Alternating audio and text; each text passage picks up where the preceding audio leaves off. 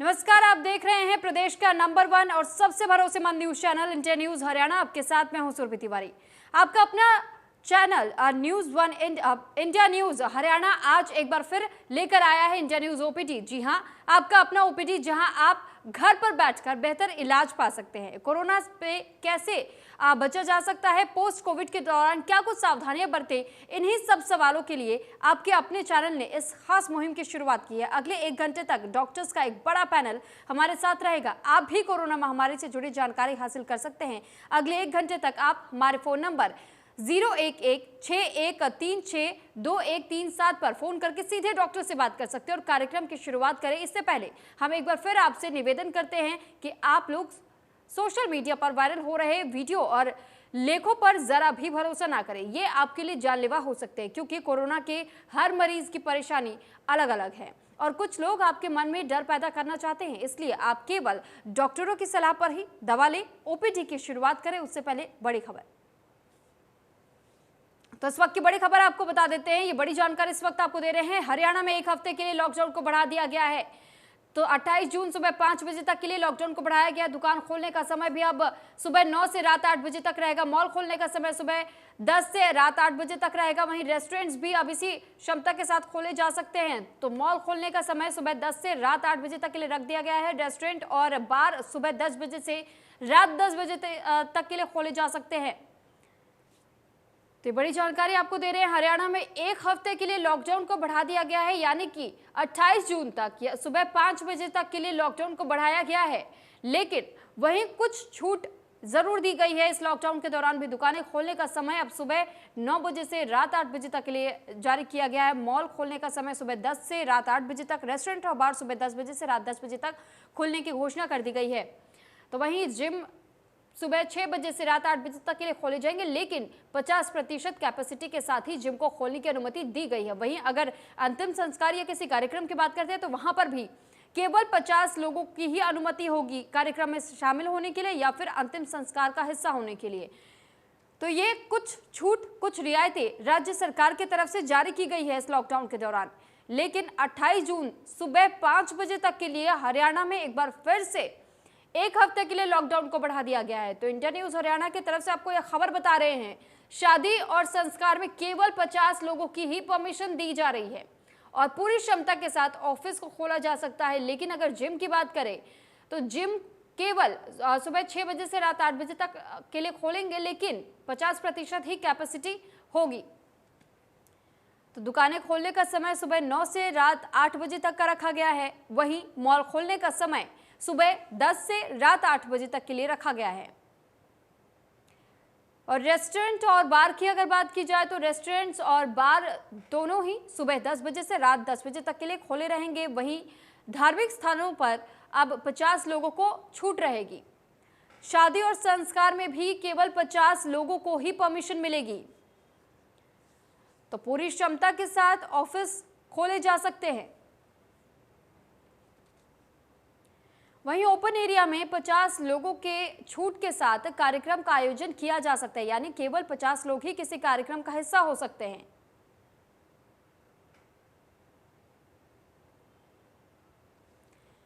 तो चलिए अब ओपीडी की शुरुआत कर लेते हैं। हमारे साथ डॉक्टर प्रियंका झा आरएमओ जुड़ चुकी हैं लाइव। और सबसे पहले डॉक्टर प्रियंका, आपका बहुत स्वागत है इंडिया न्यूज हरियाणा पर। प्रियंका जी, आपसे सबसे पहले तो हम यही जानना चाहेंगे, जिस तरीके से देखिए कोरोना का काल चल रहा है और ऐसे में लोग अपने आप को बचाना भी चाह रहे हैं, पर सवाल ये हो जाता है लोग अभी भी ठीक तरीके से नहीं समझ पा रहे कि आखिर कैसे अपना बचाव किया जा सकते। तो सबसे पहला सवाल यही और आपका जवाब चाहेंगे। हाँ जी, इस बार देखा जाए लोगों के अंदर अभी भी लापरवाही उतनी ही है जितनी पहले थी। लोगों को फर्स्ट और सेकंड वेव से कुछ सीख नहीं मिली है एक्चुअली देखा जाए तो। अभी तो लोगों के अंदर वो चीज आनी चाहिए कि कैसे जो फर्स्ट वेव सेकंड वेव से हम लोग कितनी मुश्किल से और किस हिसाब से जो गुजरे हैं, उस चीज को उन लोगों को अभी थोड़ा समझना चाहिए उस चीज का कि हम अगर उन्होंने अभी भी लापरवाही करते रहे तो थर्ड वेव हमारी जो मतलब एक रिसर्च में अभी आया है कि अक्टूबर तक आ जाएगा थर्ड वेव। उसके हिसाब से अगर लोग इतनी जल्दी लापरवाही करेंगे तो थर्ड वेव आने में ज्यादा वक्त नहीं है फिर तो। बिल्कुल प्रियंका जी, क्योंकि वाकई सवाल ये उठता ही है कि अभी थर्ड फेज आया नहीं है। तीसरी लहर के लिए हाँ पहले से ही राज्य सरकार या केंद्र सरकारों की तरफ से चिताया जा रहा है बार बार। ऐसे में जब हम थर्ड फेज की बात करते हैं तो तीसरी लहर में बच्चों पर सबसे ज्यादा खतरा मंडराता हुआ नजर आ रहा है। ऐसे में बच्चों को कैसे सुरक्षित रखा जा सकता है? बच्चों को सुरक्षित अभी इसलिए रखा जा सकता है क्योंकि अभी बरसात का मौसम कुछ टाइम में आने वाला है। हम्म। तो अगर हम बरसात में बच्चों की इम्यूनिटी वगैरह जो है वो उनकी स्ट्रांग रखे, घर से बाहर उनको ना निकलने दे। अगर कोई बाहर जा रहा है इंसान की, मतलब अगर जिनको वर्किंग है, जो लोग उनके पेरेंट्स वर्किंग है, तो अगर वो वापस आ रहे हैं तो बच्चों से कुछ देर दूर रहें, अपनी प्रिकॉशन लें प्रॉपरली। और बच्चों का यही है कि उनको अच्छे से डाइट दें, क्योंकि थर्ड वेव जो आने वाला है उसमें ज्यादातर अफेक्टेड बच्चे ही होने वाले हैं। जी ठीक। डॉक्टर प्रियंका, आपने जिक्र किया डाइट का, तो डाइट के बारे में भी ज़रा मैं आपसे जानना चाहूँगी कि आखिर वो क्या चीज़ें हैं जो कि बच्चों के लिए खाने के लिए दिया जा सकता है ताकि उनका इम्यून सिस्टम स्ट्रांग हो सके।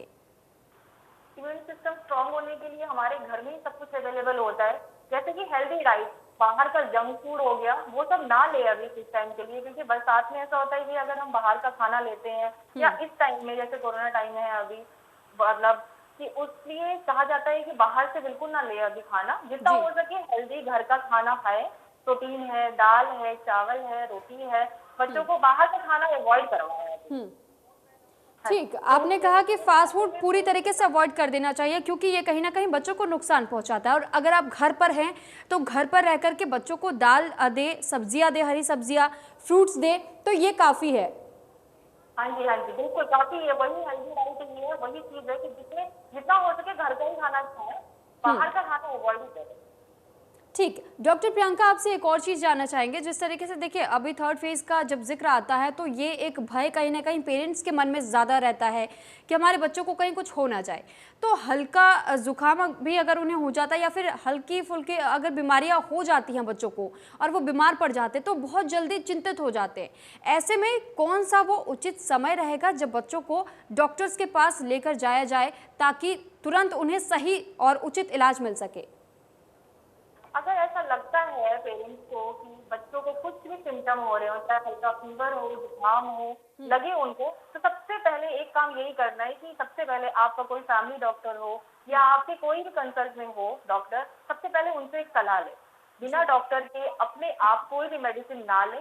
उसके बाद डॉक्टर से कंसल्ट करके जो लगे, जो डॉक्टर बोले कि अगर विजिट करना है तो विजिट करें, अगर घर पे ही इलाज हो सकता है तो उनकी कंसल्टेशन से ही आप जो भी सलाह वो बोलते हैं वही करें।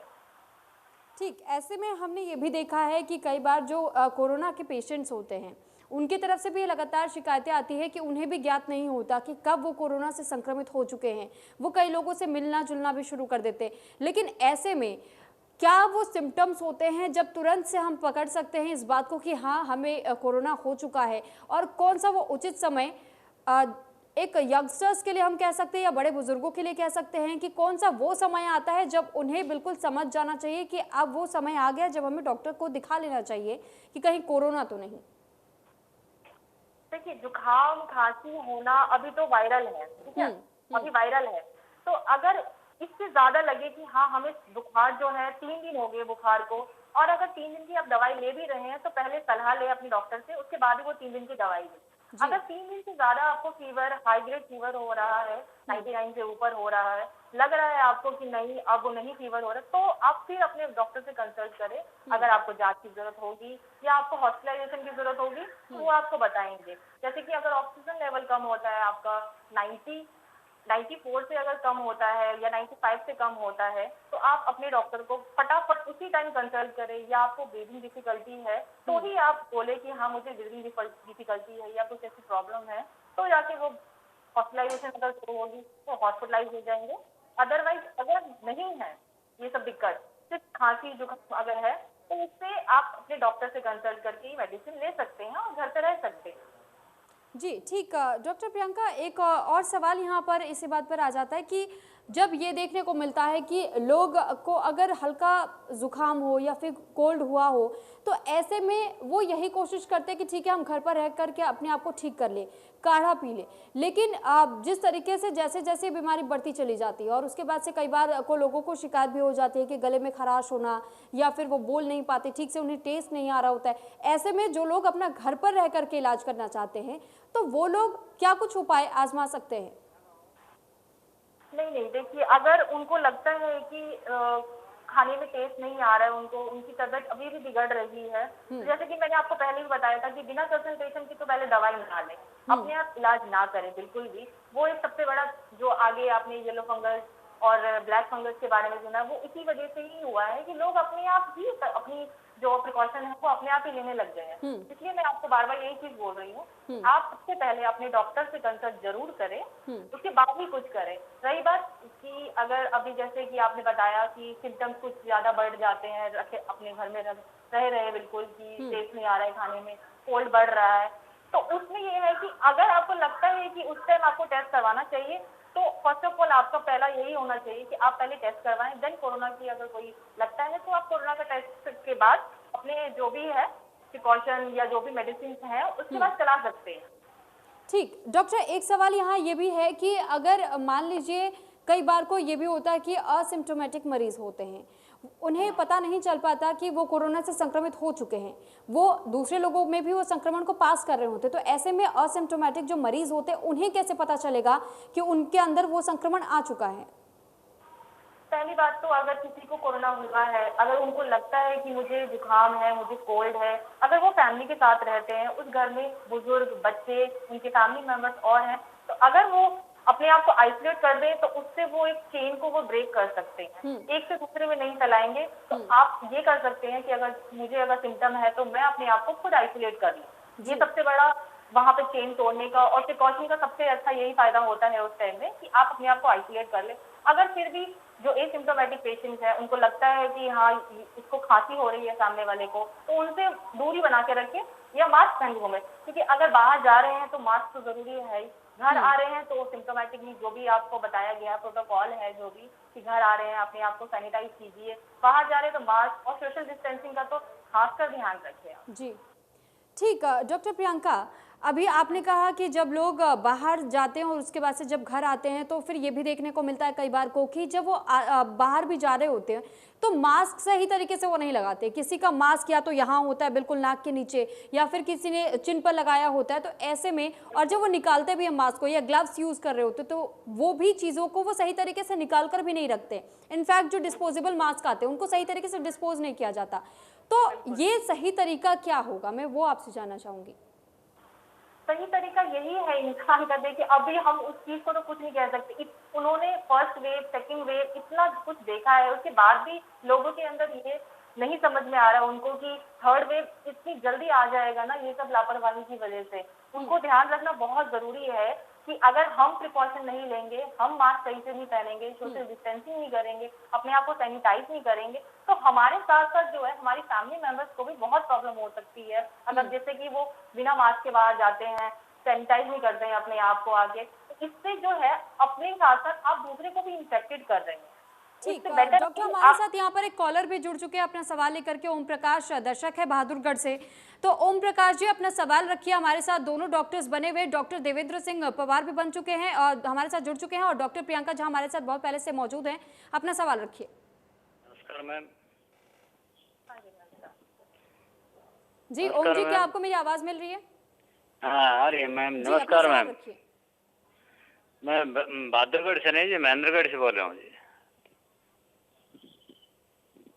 जी क्या आप अपना सवाल दोहराएंगे? मैं डॉक्टर साहब से पूछना चाहूँ, मेरी मम्मी और पापा के 15 अप्रैल को वैक्सीन लगी थी, अभी तक दूसरी वैक्सीन नहीं दी है, तो कब लगनी चाहिए? कब लगा है वैक्सीन? 15 अप्रैल। 15 अप्रैल को कौन सी वैक्सीन लगी है? First dose. नहीं, वैक्सीन का नाम कौन सा था? आपने कौन सी वैक्सीन लगवाई है? कोवैक्सीन लगाई है। आप 28 डेज के बाद आप उनकी दूसरी डोज लगवा सकते हैं। आपको तो वैसे अब तक तो लगा लेना चाहिए था सेकेंड डोज जो है। हेलो, हाँ जी हाँ जी हाँ जी, आपको आवाज आ रही है? आ रही है जी। हाँ जी, हाँ जी। तो सेकंड डोज आपने अभी तक क्यों नहीं लगवाया? क्योंकि अभी तक तो लगवा लेना चाहिए था आपको सेकंड डोज। मैम हम गांव में जाते हैं तो वो जो टीम आती है वो बोलती है अभी आपका वो नहीं आया है सेकंड डोज के लिए। अगर कोवैक्सीन की डेट है तो आपकी अभी तक की वैक्सीन लग जानी चाहिए थी। 28 से लेकर 80 डेज तक आप ये जो है कोवैक्सीन लगवा सकते हैं दूसरी डोज। ठीक है जी। ठीक, तो हमारे साथ डॉक्टर देवेंद्र भी जुड़े हुए हैं। डॉक्टर देवेंद्र, सबसे पहले बहुत स्वागत आपका इंटर न्यूज़ हरियाणा पर। सवाल आपसे भी यही रहेगा कि जिस तरीके से अभी तीसरे फेज को लेकर के चिताया जा रहा है, ऐसे में किस तरीके की स्थितियां होंगी ये तो वक्त बताएगा, लेकिन थर्ड फेज से अपने आप को सुरक्षित रखने के लिए क्या कुछ कदम उठाए जा सकते हैं? क्योंकि बच्चों पर सबसे ज्यादा इसका खतरा मंडराने की आशंका जताई जा रही है, तो ऐसे में बच्चों के लिए क्या कुछ कदम उठाए जा सकते हैं और पूरे परिवार को कैसे सुरक्षित रख सकते हैं?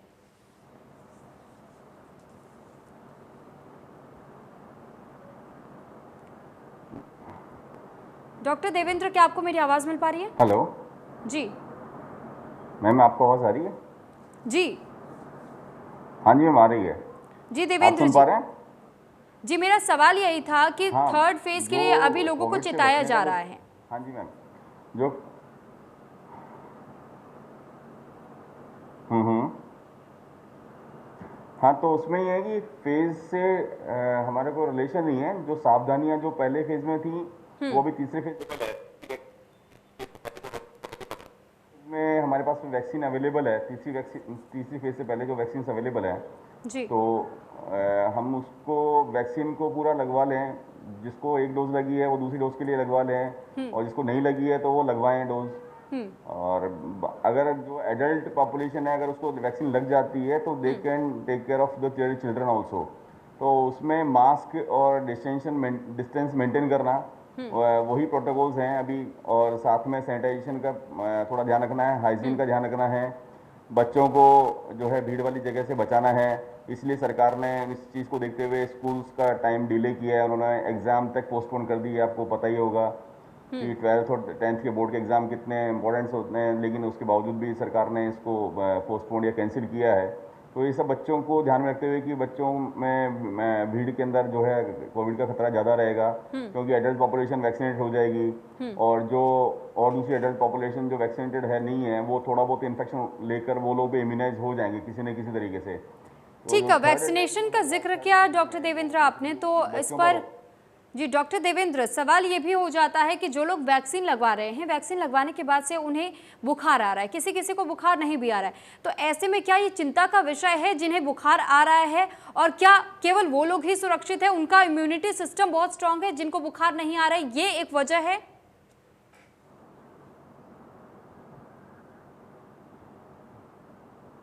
नहीं मैम, ऐसा नहीं होता। वैक्सीन लगने के बाद में बॉडी अपने आप रिएक्ट करती है उसकी बॉडी के इम्यून सिस्टम के हिसाब से। किसी का बॉडी इम्यून सिस्टम अगर हाइपर रिएक्टिव है तो उसमें फीवर आएगा। तो उससे कोई माइल्ड फीवर के लिए घबराने वाली बात नहीं है। 1-2 दिन या 3 दिन रह सकता है, उसके लिए आप सिंपल पैरासीटामोल भी ले सकते हैं। और साथ में थोड़ा बॉडी एक भी हो सकता है, वो भी उससे मीट आउट हो जाएगा पैरासीटामोल सिंपल टैबलेट से। और हो सकता है किसी को नहीं भी है तो उसमें ऐसा नहीं है कि उसकी बॉडी की इम्यूनिटी नहीं डेवलप हुई है या एंटीबॉडी नहीं बनेंगे। ये पर्सन टू पर्सन वेरी करेगा कि उसको बुखार आता है या नहीं आता। इसमें न तो वैक्सीन का कोई खतरा है कि वैक्सीन लगने से बुखार आ गया है, या जिसको नहीं आया तो ऐसा नहीं है कि उसमें इम्यूनिटी डेवलप नहीं होगी। जी ठीक है। डॉक्टर प्रियंका, एक बार फिर से मैं आपके पास आना चाहूँगी।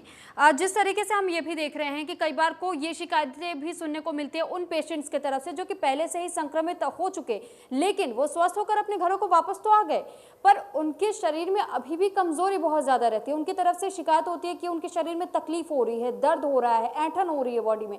तो फिर ऐसी जो शिकायतें सामने आती है, ये किस वजह से होता है और उसको ठीक कैसे किया जा सकता है?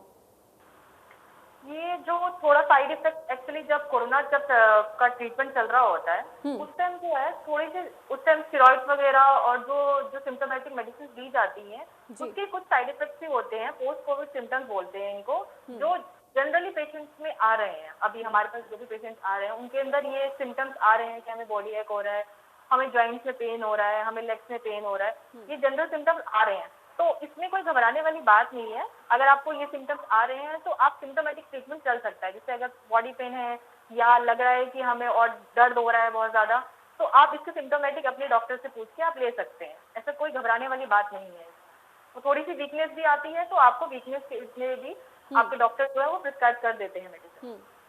ठीक, हमारे साथ एक कॉलर भी यहाँ पर श्याम जुड़ चुके हैं। श्याम, अपना सवाल रखिए, हमारे साथ दोनों डॉक्टर जुड़े हुए हैं।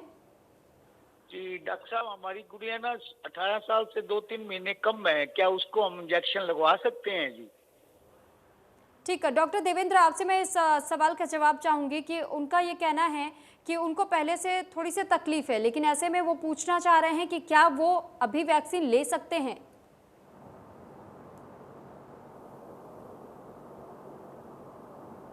मैम 18 साल में 2-3 महीने का तो कोई इशू नहीं है, बट गवर्नमेंट की जो गाइडलाइंस रही हैं उसमें डेट ऑफ बर्थ जो है ऐड होता है, उसके हिसाब से वो लोग लगवा नहीं सकते, क्योंकि आपको वेबसाइट पे जैसे ही आप रजिस्ट्रेशन करेंगे उसमें 18 ईयर्स मिनिमम जो है चाहिए क्राइटेरिया, तो वो लगवा नहीं सकते उसके हिसाब से।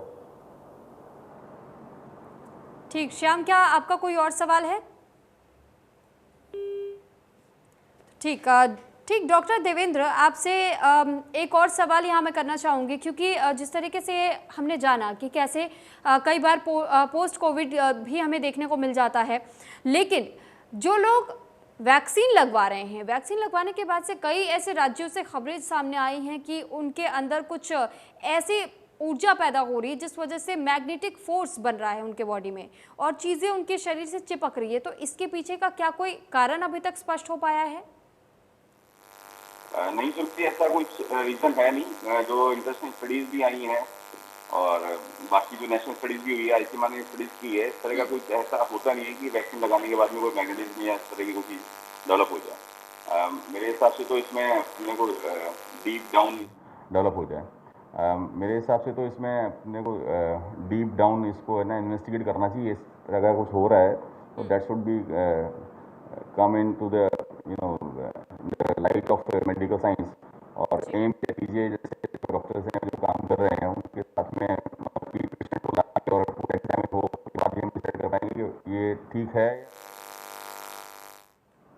ठीक है, और एक और चीज़, अगर हॉस्पिटल्स में जब पेशेंट्स को एडमिट किया जाता है तो ये भी सुनने में आया था, कई बार शिकायतें सामने आती हैं कि उन्हें स्टेरॉइड्स बहुत अधिक मात्रा में दी जाती है, जिसके बाद से उनको और कई तरीके की परेशानियों का सामना करना पड़ता है, जिसके बाद से ये भी कहा जा रहा था कि अधिक मात्रा में स्टेरॉइड्स देने की वजह से फंगस भी डेवलप हो रहे बॉडी में। तो क्या ये वाकई एक मुख्य वजह है? स्टेरॉइड्स को क्या अवॉइड करना चाहिए?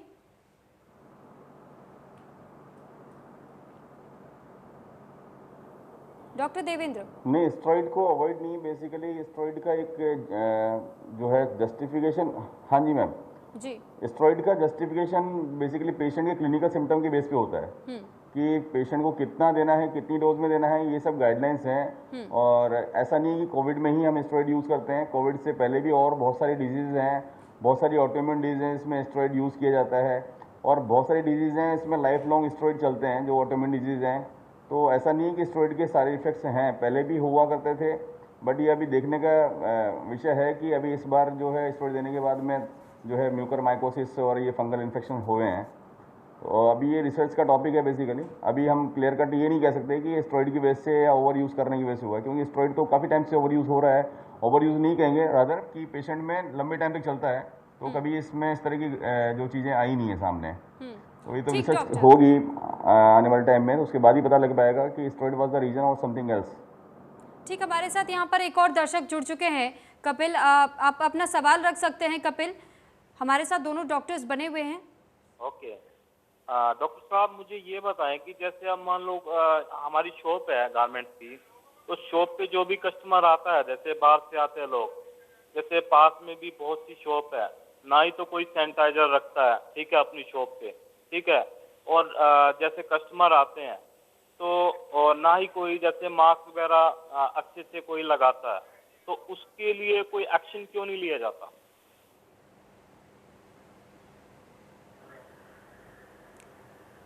कपिल, क्या कोरोना से जुड़ी हुई कोई सवाल आपके पास है? बिकॉज हमारे साथ यहाँ पर डॉक्टर्स की टीम जुड़ी हुई है, और अगर कोरोना से जुड़ा हुआ कोई भी सवाल आपके मन में है तो आप वो पूछ सकते हैं। ठीक है मैडम, ये बताएं कि खाने के लिए पूछना चाहूँगा कि क्या क्या खा सकता हूँ मैं?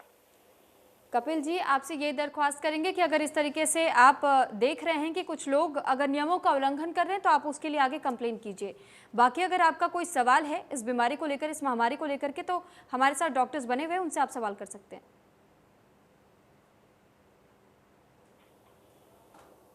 चलिए ठीक है कपिल जी, बहुत धन्यवाद आपका। डॉक्टर प्रियंका, मैं आपके पास लौटना चाहूँगी। जिस तरीके से हमने ये भी जाना कि ठीक है मास्क कैसे पहनना है या फिर किस तरीके से कोरोना गाइडलाइंस का पालन करना ज़रूरी हो जाता है, डाइट को लेकर भी हमने चर्चा की, वैक्सीन को लेकर के चर्चा कर ली, लेकिन एक और सवाल लोगों के मन में ये पैदा हो जाता है, कई बार को वो कन्फ्यूज़ रहते हैं कि आखिर वैक्सीन हम कौन सी लगवाएं, क्योंकि अभी के वक्त में अगर देखा जा रहा है तो 3, 4 या 5 के करीबन वैक्सीन आ रही हैं भारत में, और लोगों के पास अब वो एक तरीके से ये कहा जा सकता है कि ऑप्शन उनके पास आ चुका है और वो उस ऑप्शन का इंतजार कर रहे होते। तो क्या कुछ ऐसा है कि आप यही वैक्सीन केवल लगवा सकते हैं, ये नहीं, इसको अवॉइड करना चाहिए, अगर आपको ये मिल रहा है तो आप ये लगवा लीजिए, क्या कुछ ऐसा है?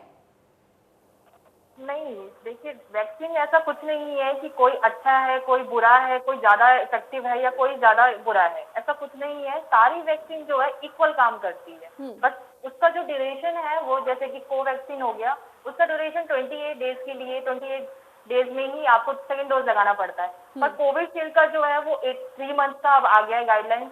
क्यों वो गाइडलाइंस पहले नहीं थी एक्चुअली? क्योंकि कुछ पेशेंट्स में देखा गया कि अगर उसको कोविशील्ड को 1 महीने के अंदर को दोबारा लगाया गया, फर्स्ट डोज और सेकेंड डोज को जो 1 मंथ के अंदर अगर लगाया गया, तो उन पेशेंट्स के अंदर कुछ साइड इफेक्ट्स मिले कि हाई ग्रेड फीवर या कोरोना पॉजिटिव या कुछ ऐसे सिम्टम्स मिले। इसलिए अब जो है उस गाइडलाइंस को चेंज करके 3 मंथ कर दिया गया है कोविशील्ड को। तो उसके बाद जो पेशेंट फर्स्ट डोज और सेकेंड डोज में जो 3 मंथ का गैप लेते हैं, तो ऐसा कुछ भी नहीं होता, उनका ठीक होता है वो। तो ऐसा कुछ नहीं है कि आपको कोविशील्ड लगवाना है, कोवैक्सीन ही लगवाना है, दोनों ही सबसे अच्छे हैं, दोनों ही बेस्ट हैं। आपको जो अवेलेबल है अभी इस टाइम में, आप अपने टाइम के अकॉर्डिंग जाएं और वैक्सीनेशन लगवाएं, दोनों डोज प्रॉपर टाइम। जी, हमारे साथ एक और दर्शक हमारे साथ जुड़ चुके हैं फोन लाइन पर, जिनका नाम हरिपाल शर्मा है, रोहतक से। और हरिपाल जी, आप अपना सवाल रख सकते हैं, हमारे साथ डॉक्टर्स बने हुए हैं। नमस्कार मैडम। जी नमस्कार मैडम। नमस्कार हरिपाल जी, अपना सवाल रखिए। अच्छा मैडम, मैंने 12 अप्रैल को कोवैक्सीन का इंजेक्शन लगवाया था जी। उसके बाद मेरे को 19 तारीख को बुखार चढ़ गया जी, 2 दिन। ठीक, तो हरिपाल जी आप क्या कहना चाह रहे हैं, आप क्या बुखार को लेकर के बाद फिर मेरे को 19 तारीख को बुखार चढ़ा जी, 3 दिन, 19 से 21 तक जी। मैंने टेस्ट करवाया तो मैं पॉजिटिव आ गया जी। ठीक है, इस सवाल का जवाब हम डॉक्टर प्रियंका से ले लेते हैं। प्रियंका जी, अभी आपने भी सुना कि उन्होंने वैक्सीन लगवाई, वैक्सीन के बाद से फीवर आए, फीवर के बाद से वो कोविड पॉजिटिव हो गए, तो इसके पीछे का क्या कुछ कारण है? हाँ जी, देखिए ऐसा होता है, ऐसे पेशेंट हमें दोबारा मिले हैं कि उनको अगर वैक्सीन लगवा रहे हैं तो उनको कोरोना पॉजिटिव आ रहा है, तो उसमें घबराने वाली कोई बात नहीं है। जो वैक्सीनेटेड है पेशेंट, जो कोविड पॉजिटिव है, वो ज्यादा बिल्कुल ना घबराए, क्योंकि जो बिना वैक्सीनेशन के कोविड पॉजिटिव है उन पे ज्यादा खतरा होता है। तो आपको अगर सिम्टम कुछ फीवर के आ रहे हैं या कुछ और ज्यादा सिम्टम्स आ रहे हैं, तो आप अपने आप को जांच करवाएं, अच्छे से करवाएं और ट्रीटमेंट जो है वो प्रॉपर लें। इसमें कोई घबराने वाली बात नहीं है अगर आपको कोरोना पॉजिटिव आया है। अगर माइल्ड सिम्टम्स हैं तो आप अपने डॉक्टर से कंसल्ट करके होम आइसोलेशन में आप जा सकते हैं, होम आइसोलेशन कर सकते हैं। अगर आपको लगता है फिर भी आपके डॉक्टर जो बोलते हैं कि अगर आप हॉस्पिटलाइज हो जाए तो हॉस्पिटलाइज भी हो सकते हैं, बट आपको घबराने वाली कोई बात नहीं है अगर आपने वैक्सीनेशन करवा रखी है। ठीक डॉक्टर प्रियंका। और डॉक्टर देवेंद्र, आपसे मैं जानना चाहूँगी कि जिस तरीके से लोग वैक्सीन लगवाने के बाद से, अभी आपने भी वो सवाल सुना कि कई लोगों को कोविड के सिम्टम्स आ जा रहे हैं, जब वो टेस्ट करवाने पहुंचते हैं तो कोविड पॉजिटिव रिपोर्ट उन्हें थमा दी जाती है। ऐसे में लेकिन ये भी एक सवाल हो जाता है कि आखिर किसी किसी को ये जो देखा जाता है टेम्परेचर बहुत हाई हो जाता है वैक्सीन लेने के बाद, तो क्या ये चिंता का विषय है या कितना टेम्परेचर जाने तक वो बिल्कुल सुरक्षित है, और अगर हाई होने लगता है तो फिर क्या वो टेम्परेचर है जिसके बाद से उन्हें डॉक्टर से तुरंत कंसल्ट करना चाहिए?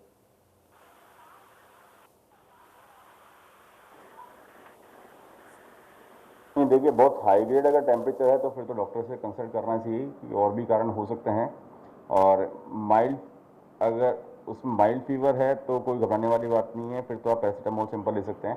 हाई ग्रेड भी अगर एक बार पैरासीटामोल से आपका अगर उतर जाता है तो उसमें भी कोई घबराने वाली बात नहीं है।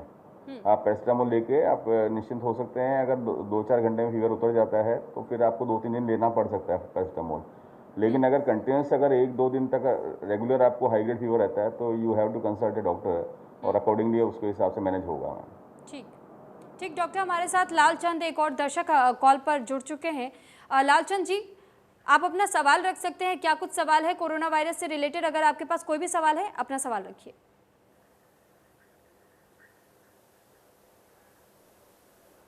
लालचंद जी, क्या आपको हमारी आवाज मिल रही है?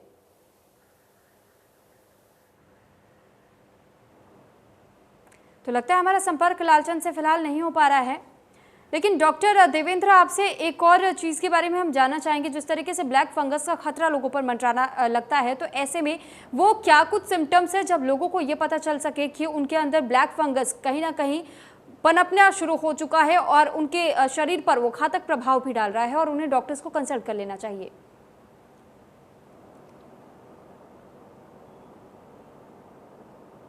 देखिए, ब्लैक फंगस जो है रेस्पिरेटरी सिस्टम को, जैसे कोरोना ने अटैक किया है, कोरोना ने बॉडी की इम्यूनिटी को कम किया, तो बेसिकली ये ब्लैक फंगस है वो रेस्पिरेटरी सिस्टम को ही अटैक करता है। तो इसमें आपको कफ बढ़ सकता है, कफ के साथ में स्प्यूटम आएगा, उसमें ब्लैक कलर का स्प्यूटम भी हो सकता है और साथ में ब्लड मिक्स भी हो सकता है, या आपके जो है ओरल कैविटी से या नेजल कैविटी से ब्लीडिंग स्टार्ट हो सकती है। तो अगर इस तरह के सिम्टम्स अगर आपको आते हैं पोस्ट कोविड में तो तुरंत आप डॉक्टर से कंसल्ट करें जी। क्योंकि वो डेंजरस लेवल तक हो सकता है और हो सकता है फेस पे स्वेलिंग के साथ भी ये प्रेजेंट करे। कई बार हो सकता है कि सीरियस डिसऑर्डर जैसे मिर्गी का दौरा आता है, कई बार ब्रेन में खून का थक्का जम जाता है म्यूकरमाइकोसिस से, तो जो एक दौरा है वो भी एक म्यूकरमाइकोसिस का संकेत हो सकता है। तो इस तरह के जो भी सिम्टम्स हैं तो तुरंत डॉक्टर से संपर्क करें। ठीक, हमारे साथ एक और कॉलर रामवीर सिंह जी हमारे साथ जुड़ चुके हैं। रामवीर सिंह जी, अपना सवाल रखिए। अच्छा डॉक्टर साहब, ये पूछना था कि जो साइकेट्री की दवाई खाते हैं हम, तो ये कोविशील्ड लगी थी पहले तो 2-3 दिन बुखार चढ़ा था। अभी लगवाना चाहिए नहीं लगवाना चाहिए दूसरा डोज? ठीक, डॉक्टर प्रियंका आपसे जवाब चाहेंगे। बिल्कुल लगवा सकते हैं, क्यों नहीं लगवा सकते हैं, सेकंड डोज जरूर लगवाएं। ठीक रामवीर जी, अगर कोई और सवाल है तो आप अपना सवाल रख सकते हैं। हाँ, 11 अप्रैल को लगाया था डोज, अभी कब लगवाना चाहिए? कोविशील्ड लगी थी पहले। 3 मंथ कंप्लीट होते ही आप अपनी दूसरी वैक्सीन लगवा सकते हैं। लगी थी मैडम। ठीक, बहुत धन्यवाद रामवीर जी आपका। और डॉक्टर प्रियंका, आपने कहा कि कोविशील्ड के लिए जिस तरीके से जो एक गैप है उस गैप को बढ़ा दिया गया, 3 महीने का ड्यूरेशन रखा गया है, लेकिन अगर कोई कोवैक्सीन लेता है तो वो मात्र 28 दिनों के भीतर ही दूसरी डोज को ले सकता है। तो ये एक जो गैप क्रिएट किया गया है, इस गैप में इतना अंतर क्यों?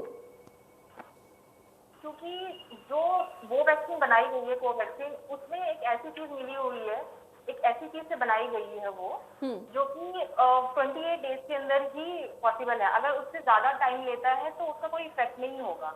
और रही बात कोविशील्ड की, उसमें भी जैसे मैंने आपको बताया वो साइंस टर्म्स वगैरह हैं, बहुत सारी ऐसी चीजें टेक्नोलॉजी से वो साइंटिस्ट वगैरह ने जो बनाया, उसमें भी एक ऐसी चीज मिलाई गई है, ऐसी चीज से बनाया गया है उसको, जिससे कि उस ड्यूरेशन को लॉन्ग कर देना जरूरी समझा। क्योंकि अगर उसको कम ड्यूरेशन में अगर हम उसको सेकंड डोज लगाते हैं तो सिम्टम्स या साइड इफेक्ट कह सकते हैं उसको, साइड इफेक्ट ज्यादा देखने को मिल रहा है पेशेंट को। इसलिए जो गवर्नमेंट ने और साइंटिस्ट वगैरह ने जो गाइडलाइंस नहीं बनाई है वो बहुत अच्छा किया है उस चीज को कि 3 मंथ का गैप कर दिया है। इसी वजह से गैप बनाया गया, साइड इफेक्ट्स की वजह से। जी डॉक्टर प्रियंका, हमारे साथ एक और दर्शक हमारे साथ जुड़ चुके हैं, राजीव हिसार से।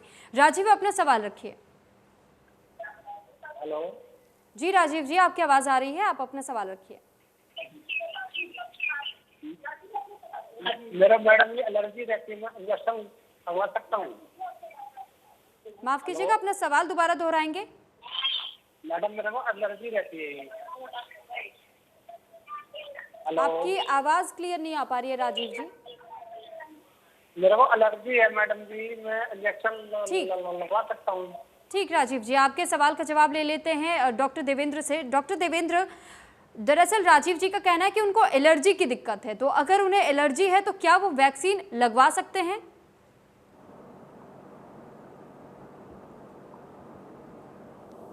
नहीं, एलर्जी किस तरह की?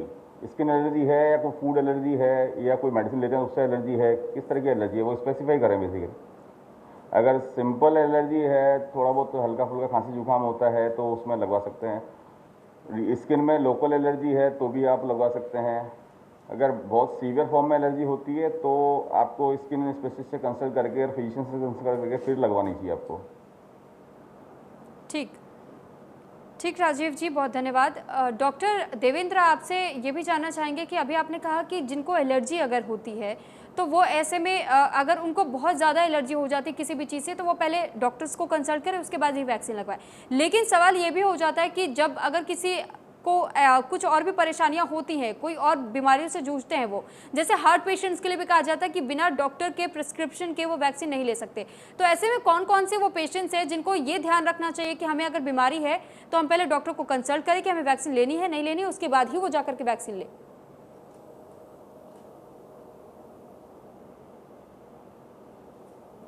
नहीं, अभी जो गवर्नमेंट की जो गाइडलाइंस आई, ICMR ने जो दिया था वैक्सीन लगवाने के लिए, जितनी भी जो डिजीज हैं, सीवियर डिजीज हैं, जैसे कैंसर के पेशेंट्स हैं या हार्ट पेशेंट्स हैं और डायबिटिक पेशेंट्स हैं, तो उनको तो फर्स्ट लाइन में रखा गया था। गवर्नमेंट ने फर्स्ट फेज में ही जब उन्होंने स्टार्ट किया था कि with doctor's prescription they can have their vaccine, क्योंकि they people are at very high risk category. तो इसलिए उनको बताया गया था कि वो आराम से लगवा सकते हैं। उसमें रिसर्च में क्लियर कट है ये गाइडेंस की, आप जितनी भी बीमारी से संक्रमित हैं तो आप इसमें आराम से लगवा सकते हैं। आपका CRP लेवल आप चेक करवा लें और डिजीज अगर कंट्रोल है तो you can go for it. और कैंसर पेशेंट्स में तो ऐसा है ही नहीं, कंट्रोल है अनकंट्रोल है, आपको वैक्सीन लगवानी चाहिए because it decreases your immunity and chances of having corona is very high. ठीक डॉक्टर देवेंद्र। डॉक्टर प्रियंका, मैं आपसे एक और सवाल यहाँ करना चाहूँगी। सवाल ये होगा कि जिस तरीके से कई बार जो लड़कियाँ होती हैं, औरतें होती हैं, उनके बीच में ख़ासतौर पर एक असमंजस देखा जाता है कि अगर वो प्रेग्नेंट है तो ऐसे में वो वैक्सीन ले या ना ले, ब्रेस्ट फीडिंग कर रही है तो वो वैक्सीन ले या ना ले, अगर मासिक धर्म के साथ उनका अभी 1 महीना चल रहा है तो ऐसे में वो वैक्सीन ले या ना ले, और जिनको पीरियड्स हो चुके हैं तो ऐसे में वो कब वैक्सीन ले सकती है। तो ये जो सवाल है महिलाओं में खास तौर पर देखा जाता है, इसको लेकर के क्या जवाब रहेगा आपका? हाँ, जैसे कि गाइडलाइंस में बता दिया गया था, पहले बताया गया था कि प्रेग्नेंट लेडी वगैरह जो है और ब्रेस्ट फीडिंग वगैरह जो करती हैं लेडी, वो नहीं ले सकती हैं। बट अब जो न्यू गाइडलाइंस आई है उसमें ये बताया गया है कि सेफ है, प्रेग्नेंट लेडी का जो वैक्सीनेशन हो रही है उनकी भी वो सेफ है। और रही बात जो periods of before and after का है, उसमें वैक्सीन लेने का कोई खतरा नहीं है, उसमें भी आप ले सकते हैं। बट वही है कि अगर ज्यादा वीकनेस है या हाई फ्लो है आपको पीरियड्स के टाइम पे, तो आप अवॉइड करें। आप जब पीरियड कंप्लीट हो जाए, आपके 5 डेज हो जाए, तो 5 डेज के बाद अपना जो आपका टाइम शेड्यूल है वो आप उस टाइम जाके ले सकते हैं। ठीक डॉक्टर प्रियंका, यहाँ पर एक और दर्शक हमारे साथ जुड़ चुके हैं, श्रेया दिल्ली से। श्रेया, आप अपना सवाल रख सकते हैं, डॉक्टर्स हमारे साथ लगातार बने हुए हैं। Thank you.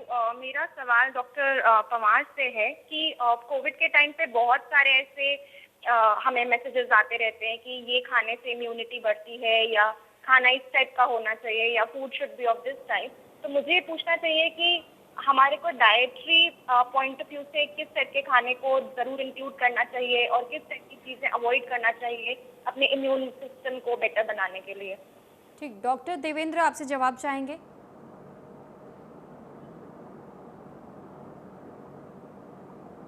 हाँ मैम, ऐसा है कि डाइट का जो प्रोग्राम होता है हमारा, वो रूटीन में चाहे कोरोना हो चाहे नहीं हो, वो हमेशा बैलेंस डाइट होना चाहिए, इम्यूनिटी बूस्टर होना चाहिए जो हम रूटीन में लेते हैं। जैसे आप सबको मालूम ही होगा, जंक फूड है, ठीक है, वो ज़ीरो इम्यूनिटी बूस्टर है, या मतलब कि कैलोरीज ज़्यादा होती है उसमें, इम्यूनिटी वाइटामिन वगैरह नहीं होते, मिनरल्स नहीं होते। तो जो अभी सभी को मालूम है कि जो फ्रेश फ्रूट्स हैं, जूसेस हैं और हरी पत्ते वाली सब्जियां हैं, जितने भी वेजिटेबल्स हैं वो आप यूज़ करें। एग, जो नॉन वेजिटेरियन है वो एग यूज़ कर सकते हैं।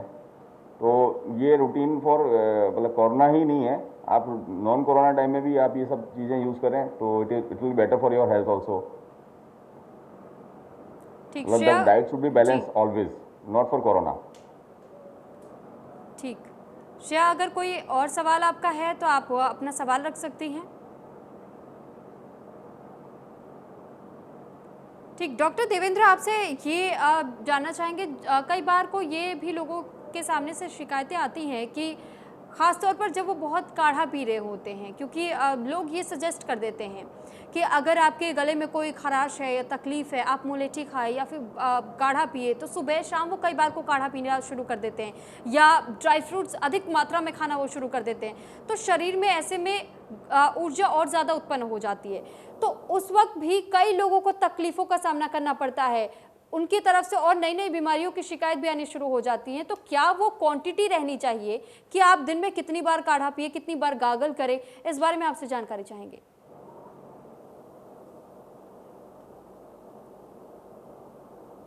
मैं बार बार कह रहा हूँ कि डाइट शुड बी बैलेंस्ड। अगर आप कोई भी खाना खा रहे हैं, अगर आप रोटी सब्जी भी खाते हैं रूटीन में, अगर वो आप डोज से ज़्यादा खाएंगे तो बट नेचुरल है फूड पॉइजनिंग होना ही होना है। वो फूड पॉइजनिंग ओवरडोज का पॉइजनिंग है। तो डाइट तो बैलेंस होना ही चाहिए। आपको ऐसा नहीं कि ड्राई फ्रूट्स अगर किसी ने बताया इम्यूनिटी बढ़ती है तो उससे हम ज़्यादा अमाउंट में ले लेंगे, तो वो अकॉर्डिंग टू कैलोरी आपका जो डाइट है, दिन भर का जो डाइट होता है उसके अकॉर्डिंगली आपका होना चाहिए।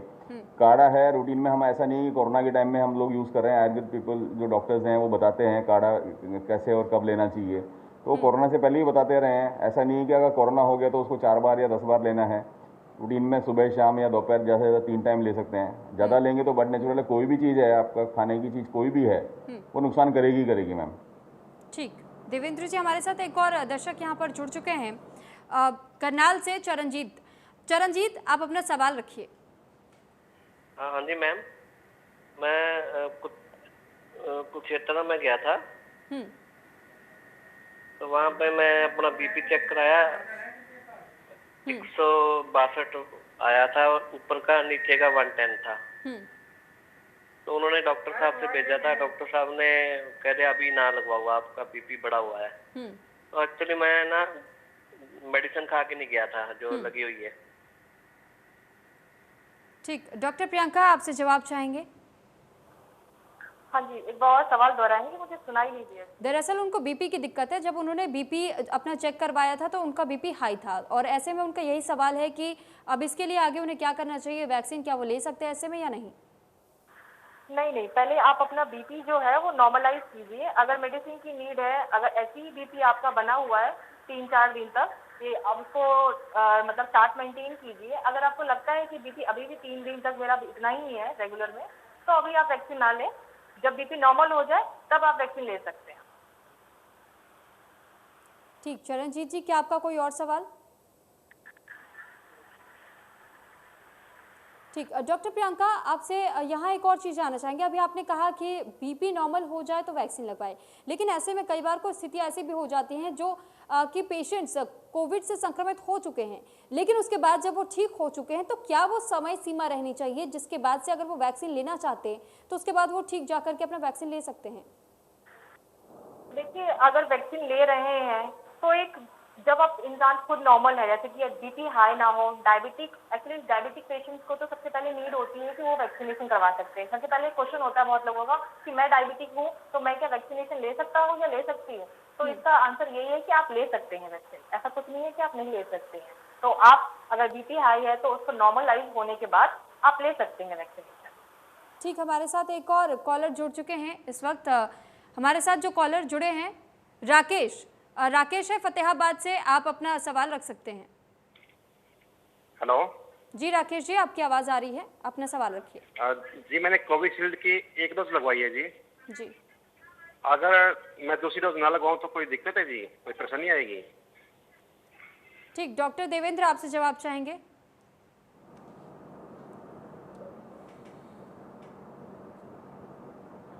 ऐसा है, जो ये ICMR का जो रिसर्च हुआ है और जो वर्ल्ड लेवल पे जो रिसर्च हुआ है कि जो ऑप्टिमम इम्यूनिटी के लिए जो बढ़िया ज़्यादा से ज़्यादा इम्यूनिटी है वो 2 डोज पर है। ऐसा नहीं कि आप 1 डोज लगवा लेंगे तो इम्यूनिटी नहीं आएगी, लेकिन जितना % उसमें 1 डोज के आने के बाद होना है वो तो आना ही आना है। नुकसान कुछ नहीं होना उसमें, जो भी होगा वो प्लस ही होगा। बट लेकिन अगर गवर्नमेंट की गाइडलाइंस हैं और जो ICMR की गाइडलाइंस हैं और वर्ल्ड WHO की गाइडलाइंस हैं कि अगर 2 वैक्सीन के बाद में आपको इम्यूनिटी अच्छे से डेवलप होगा तो 2 ही लगवानी चाहिए, 1 लगवाने का कोई वो पॉइंट नहीं है। ठीक, डॉक्टर देवेंद्र, अभी जिस तरीके से आपने बताया कि एक अगर आप डोज लेते हैं तो वो असरदार नहीं होगी, यानी कि अगर कोई ये सोच भी रहा है कि हम 1 ले चुके हैं वो मोर देन इनफ है, हम इसके बाद से कोई दूसरी डोज नहीं लेंगे, तो क्या ये घातक साबित हो सकती है उन लोगों के लिए?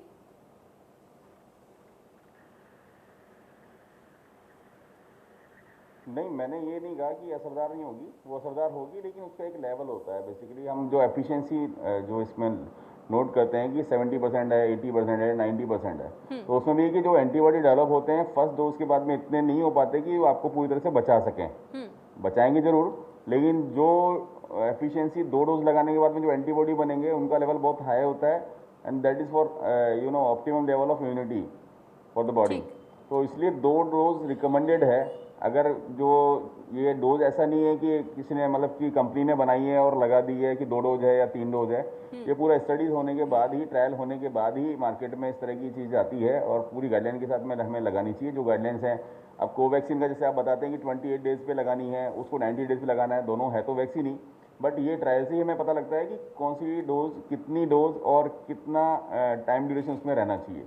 इनिशियली जब कोविशील्ड लग रहा था तो 1 महीने में 2 डोज लग रही थी, ठीक है, उसके बाद में उन्होंने 2 महीना किया, उसके बाद 3 महीने किया। तो ये सब ट्रायल से ही पता लग रहा है कि इसमें 3 महीने का गैप चाहिए, दोनों लगवानी चाहिए, एक लगवानी चाहिए। हो सकता है आगे ये आ जाए कि नेजल वैक्सीन बने, नेजल स्प्रे बने, वो सिंगल डोज से काम कर जाए, but this is point of research. ठीक डॉक्टर, हमारे साथ यहाँ पर एक और कॉलर राजेश राजस्थान से जुड़ चुके हैं। राजेश, अपना सवाल रखिए। मैडम जी, ये HIV% तो मैं हूँ जी।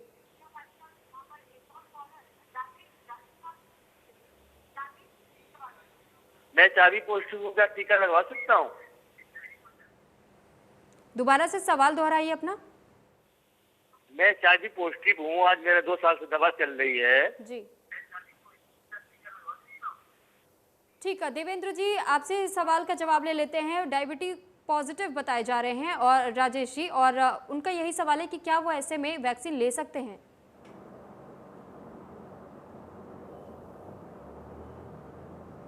हाँ, बिल्कुल ले सकते हैं। डायबिटिक पेशेंट तो कोई इशू है ही नहीं, क्लियर कट गाइडलाइंस है कि आप ले सकते हैं डायबिटिक पेशेंट। ठीक, डॉक्टर प्रियंका, यहाँ एक और चीज़ आपसे जानना चाहेंगे। जैसे आपने डाइट को लेकर के जिक्र किया, और डायबिटिक पेशेंट जो है उनके लिए भी डॉक्टर देवेंद्र ने भी बताया, आपने भी बताया कि ऐसा कुछ नहीं है कि डायबिटिक पेशेंट जो है वो वैक्सीन नहीं ले सकते। लेकिन अगर किसी का शुगर लेवल भी कई बार किसी का अप डाउन हो जाता है, तो ऐसे में क्या अगर शुगर लेवल बहुत बढ़ जाता है या बहुत ज़्यादा डाउन चला जाता है, तो ऐसे में वो पेशेंट्स भी क्या वैक्सीन ले सकते हैं या फिर उन्हें परहेज करना चाहिए? नहीं, उनको परहेज तो नहीं करना चाहिए, बट जब वो अपनी जो मेडिसिन उनकी चल रही होती है, अगर उस मेडिसिन से वो थोड़े से मतलब जो बहुत ज्यादा लो है जिनका शुगर, वो थोड़ा अपग्रेड हो गए हैं, नॉर्मलाइज हो गए हैं, तो ले सकते हैं। ये बात मैंने आपको बहुत पहले भी बताई थी कि जब उनका शुगर लेवल थोड़ा नॉर्मल हो जाए, क्योंकि हाई लेवल शुगर वाले तो ऐसा कुछ कहीं लिखा नहीं है कि नहीं ले सकते हैं, बट अपनी सेफ्टी पर्पज के लिए कि उनको, क्योंकि वैक्सीन के बाद थोड़ी बहुत जिससे माइल्ड इफेक्ट्स आते हैं, फीवर और थोड़ी प्रॉब्लम जो होती है, उसकी वजह से अगर आपका हाई शुगर लेवल है या लो शुगर लेवल है, तो थोड़ा सा अगर नॉर्मल हो जाए तब वैक्सीनेशन लगवा सकते हैं। ऐसा कोई मना नहीं है कि वो नहीं लगा सकते, लगा सकते हैं। ठीक डॉक्टर, इस बीच हमारे साथ एक और कॉलर दिव्य हमारे साथ जुड़ चुके हैं। दिव्या, आपसे जानकारी चाहेंगे कि आपके क्या कुछ सवाल है। अगर आपके कोई भी सवाल कोविड-19 से रिलेटेड है तो आप हमारे डॉक्टर से पूछ सकती हैं। हाँ जी ma'am, good evening ma'am. Ma'am मेरा ये सवाल है, अगर किसी को एलर्जी हो, जैसे स्कैबीज की एलर्जी, तो क्या वो वैक्सीन लगवा सकते हैं? ठीक, डॉक्टर प्रियंका आपसे जवाब चाहेंगे। हाँ जी, वो जो है स्किन एलर्जी है एक्चुअली, तो स्किन एलर्जी वालों को अभी अवॉइड किया गया है, क्योंकि अभी ट्रायल में भी ऐसा कुछ नहीं लिया गया है कि स्किन एलर्जी वाले जो है वैक्सीनेशन करवा सकते हैं, तो अभी उनको मना है कि आप नहीं ले सकते हैं। ठीक है, बहुत धन्यवाद डॉक्टर देवेंद्र सिंह पवार और डॉक्टर प्रियंका झा, आप दोनों का बहुत धन्यवाद इंडिया न्यूज़ हरियाणा ओपीडी में हमारे साथ जुड़ने के लिए और हमारे दर्शकों की तमाम समस्याओं को अपने जवाबों के साथ संतुष्ट करने के लिए। और अगर आपके पास और भी कोई सवाल है और आप कोविड-19 से जुड़ा हुआ कोई भी सवाल आप डॉक्टर से पूछना चाहते हैं, तो हमारे इस खास कार्यक्रम ओपीडी के साथ जुड़ करके जो आपकी टेलीविजन स्क्रीन पर नंबर चल रहे होते हैं, उस नंबर पर कॉल करके हमारे साथ इस कार्यक्रम में लाइव जुड़िएगा और उसके बाद से हमारे डॉक्टर से सवाल जवाब कीजिएगा। फिलहाल आज के लिए इस ओपीडी कार्यक्रम में इतना ही, मुझे दीजिए इजाज़त, नमस्कार।